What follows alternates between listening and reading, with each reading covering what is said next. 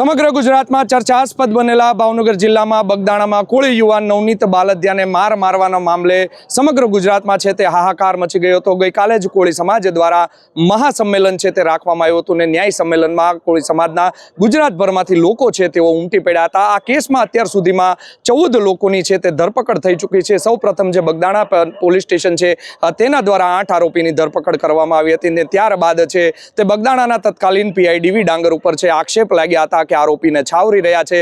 મુખ્ય આરોપી છે માયાભાઈ આહિરનો દીકરો છે જયરાજ આહિર, તેનું નામ છે તે નોંધવામાં નહોતું આવ્યું, જેને લઈને કોળી સમાજમાં છે તે રોષની લાગણી ફેલાઈ હતી। આ મામલે છે તે આરોપીઓએ છે તે જામીન અરજી કરી હતી છે। સૌપ્રથમ 8 આરોપી પકડાણા હતા, તેમાંના 7 આરોપી ત્યારબાદ જે હથિયાર પૂરા પાડનાર હતા ઉત્તમ બાંભણિયા, તેમના દ્વારા જામીન અરજી કરવામાં આવી હતી અને આ કેસમાં 14 આરોપી પકડાઈ ચૂક્યા છે। તે પૈકીનો જે 15મો આરોપી છે તે ફરાર છે, તેના દ્વારા છે તે આગોતરા જામીન અરજી કરવામાં આવી હતી અને જે ફિક્સ ફોર હિયરિંગ થયું હતું, એટલે કે આજની તારીખ ઉપર છે તે સુનાવણી કરવામાં આવી હતી। સવારે બંને પક્ષના જે વકીલો છે તેમના દ્વારા સામસામી દલીલો છે તે થઈ હતી અને સાંજે 5 વાગ્યા ઉપર ચુકાદો છે તે જાહેર કરવામાં આવ્યો હતો। ત્યારે 4.5 કલાકે છે તે કોર્ટમાંથી ચુકાદો આવ્યો હતો કે આ કેસમાં જે 8 લોકો દ્વારા રેગ્યુલર જામીન અરજી કરવામાં આવી હતી તેમની મંજૂર કરી દેવામાં આવી છે।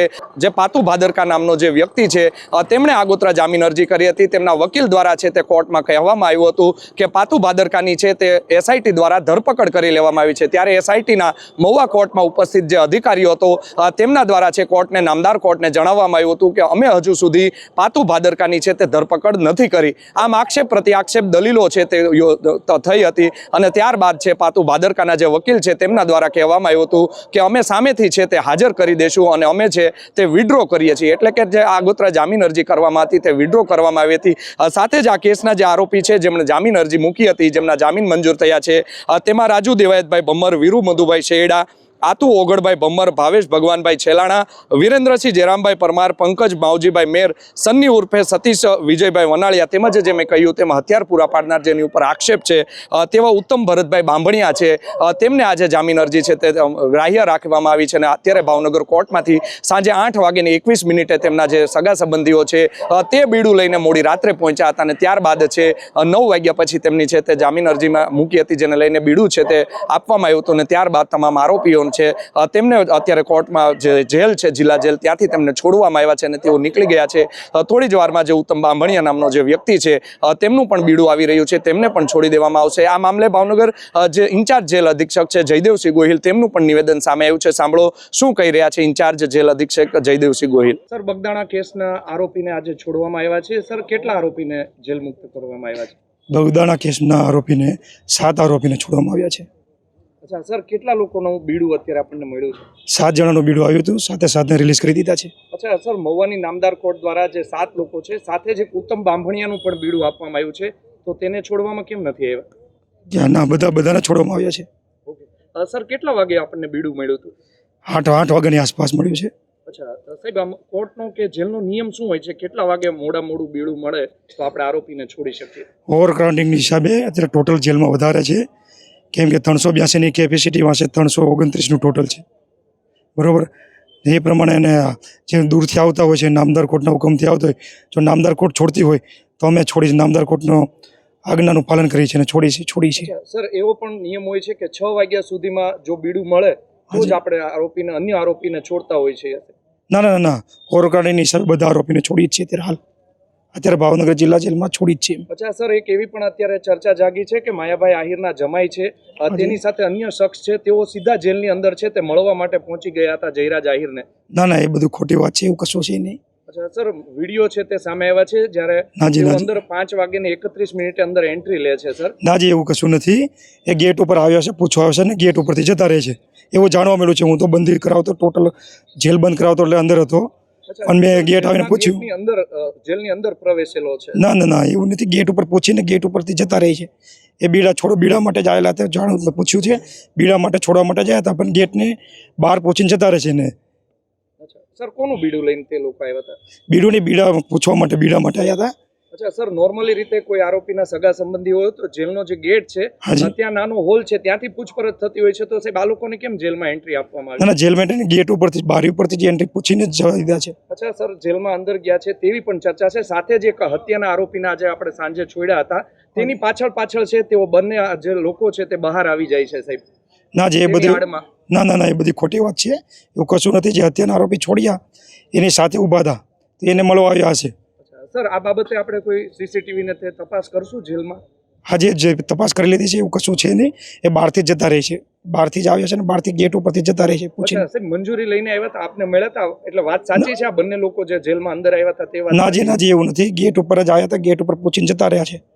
બરોબર, બીજું કશું છે નહીં. કોઈની મુલાકાતે આવ્યા નથી. અચ્છા સાહેબ, કેના બીડા માટે તેઓ આવ્યા હતા પૂછપરછ કરવા? એ બધા રાતે છૂટે, આ બીજા 7 લોકો છૂટે છે એ માટે જ આવ્યા હતા, પૂછપરછ માટે આવ્યા હતા ગેટ ઉપર કે ભાઈ આપણે રાતે છોડે છે તો કે હા ભાઈ, ઓવરકાઉન્ટની હિસાબે અમે રાતે અહીંયા છોડી છીએ. અચ્છા સર, તેમના નામ આપણે કઈ એન્ટ્રી પાડી છે? કોણ આવ્યું? નહીં, ગેટની અંદર, જેલની અંદર આવ્યો તો એન્ટ્રી પાડી. બરોબર, બહારથી જતા રહે તો કંઈ એન્ટ્રી પાડતા નથી ગેટ ઉપર. જેલના સીસીટીવી ચાલુ છે? હાજી ચાલુ છે. ઓકે સર, આપનું સર નામ અને હોદ્દો? હું જેલર ગ્રુપ 2 જેજી ગોહિલ.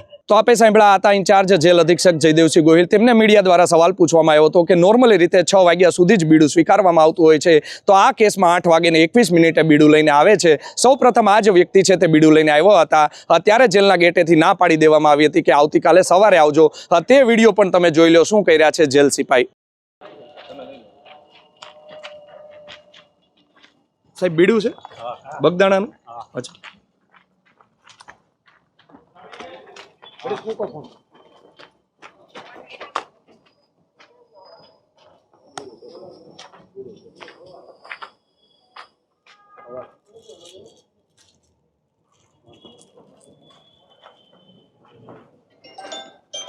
ના પાડી છે બીડાની?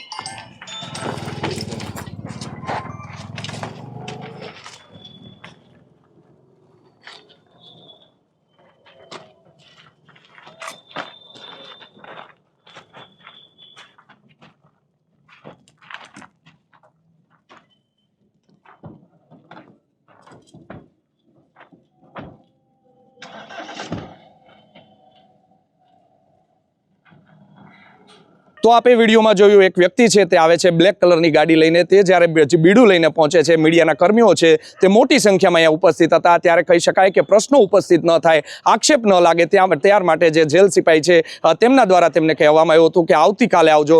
ત્યારબાદ થોડા જ કલાકો પછી ફરી વખતે તે ગાડી છે તે આવે છે અને તેને બીડું 8 વાગ્યાને 21 મિનિટ આપવામાં આવે છે. અને ત્યારબાદ છે અડધો કલાકથી કલાક પછી છે આરોપીના આમ અનેક પ્રશ્નો છે તે ભાવનગર જેલ પ્રશાસન ઉપર પણ શા માટે ઉપસ્થિત ન જાય. નોર્મલી કોઈ જો આરોપી હોય છે તો 6 વાગ્યા પછી છે તે બીડું સ્વીકારવામાં નથી આવતું. ભાવનગર જિલ્લા જેલ છે તે જાણે કોઈ પિક્ચરની જેલ હોય તેવો ઘાટ છે તે લાંબા સમયથી સર્જાયો છે. અનેક વખત ભાવનગર જિલ્લા જેલમાંથી મોબાઈલ પકડાય છે. અનેક વખત થોડા સમય પહેલા જ ભાવનગર જિલ્લા જેલમાંથી એક મહિલા પોલીસ કર્મચારી જેલમાં હતી, તેની પાસેથી સિમ કાર્ડ પકડાણું હતું. ત્યારબાદ થોડા સમય પહેલા જ જેલમાંથી કોઈ અજાણ્યા વ્યક્તિએ દડો નાખ્યો હતો અને દડામાંથી તમાકુ પકડાણી હતી. આમ કહી શકાય કે જેલના જે ડીજીપી છે KLN રાવ, તેમણે પણ ભાવનગર જિલ્લા જેલ ઉપર છે એક નજર નાખવાની જરૂર છે. શું ચાલી રહ્યું છે તમારી ભાવનગર જિલ્લા જેલમાં તેની ઉપર એક નજર નાખશો તો ખબર પડશે. કારણ કે આ જે પિક્ચરની જેલ હોય તેવો ઘાટ છે તે ભાવનગર જિલ્લા જેલનો સર્જાયો છે.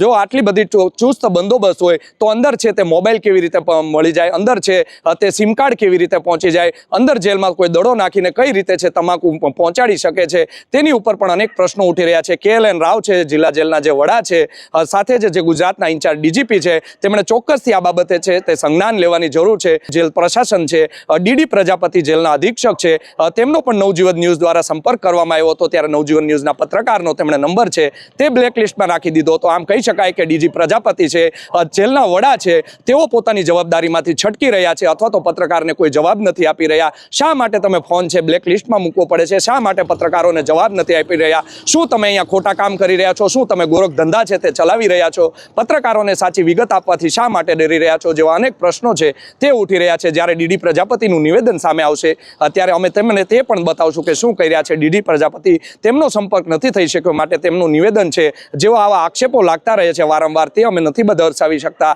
જોવું રહ્યું આગામી સમયમાં ભાવનગર જિલ્લા જેલમાં જે કાળો કારોબાર, જે ફૂલો ફાયલો છે, ટોક ઓફ ધ ટાઉન બન્યો છે, ચોરીએ છે તે વાત થઈ રહી છે કે ભાવનગર જિલ્લા જેલ છે તેમાં 2 નંબરના કામ છે બધા થઈ રહ્યા છે. પૈસા ફેંકો, તમાશા દેખો. જો તમારી પાસે પૈસા હોય તો તમે બધું જ ભાવનગર જિલ્લા જેલમાં શક્ય છે. જ્યારે KLN રાવ છે તો જો અમારો આ વિડીયો જોતા હોય તો આની ગંભીરતાથી તમે નોંધ લેજો. ભાવનગર જિલ્લા જેલમાં મીઠી નજર તળે અનેક ગોરખ ધંધાઓ છે ચાલી રહ્યા છે તેવી લોકોના મુખે છે તે ચર્ચા ચાલી રહી છે. જોવું રહ્યું આગામી સમયમાં શું હવે પગલાં લેવામાં આવે છે, કેટલા આરોપીને વધુ હજી છોડવામાં આવે છે. બગદાણા કેસ છે તે ગુજરાત સરકાર માટે માથાનો દુખાવો બન્યું છે. કહી શકાય કે થોડા સમય પહેલા જ છે તે જયરાજ આહિરનું નામ આમાં ઉછળતું હતું. ત્યારબાદ છે તે સરકારની વધારો થયો હતો, ટેન્શનમાં વધારો થયો હતો. એવું પણ ચર્ચાઈ રહ્યું છે કે રાજ્યના મુખ્યમંત્રી છે ભૂપેન્દ્ર પટેલ, તેમણે છે તે આઈબી પાસે એક રિપોર્ટ મંગાવ્યો હતો કે આની નુકસાની છે તે કેટલી થઈ શકે. અને ત્યારે અમારા સૂત્રો છે નવજીવન ન્યૂઝના તે કહી રહ્યા છે કે મોટા પ્રમાણમાં નુકસાની થઈ શકે. સ્થાનિક સ્વરાજની ચૂંટણીઓ આવી રહી છે. 2027ની ચૂંટણી નજીકમાં છે. આગામી 2 મહિનામાં સ્થાનિક સ્વરાજ્યની જે ચૂંટણી આવી રહી છે, જો કોળી સમાજ નારાજ થાય તો મોટા પ્રમાણમાં છે તે ભાજપને માઠું ભોગવવાનું આવે. ભાવનગરનો જે 143 કિલોમીટરનો જે કોસ્ટલ એરિયા છે, ભાવનગરના સાંસદ સભ્ય પણ કોળી સમાજમાંથી આવે છે. સાથે જ અનેક ધારાસભ્યો છે તે ભાવનગરમાં કોળી સમાજમાંથી આવે છે.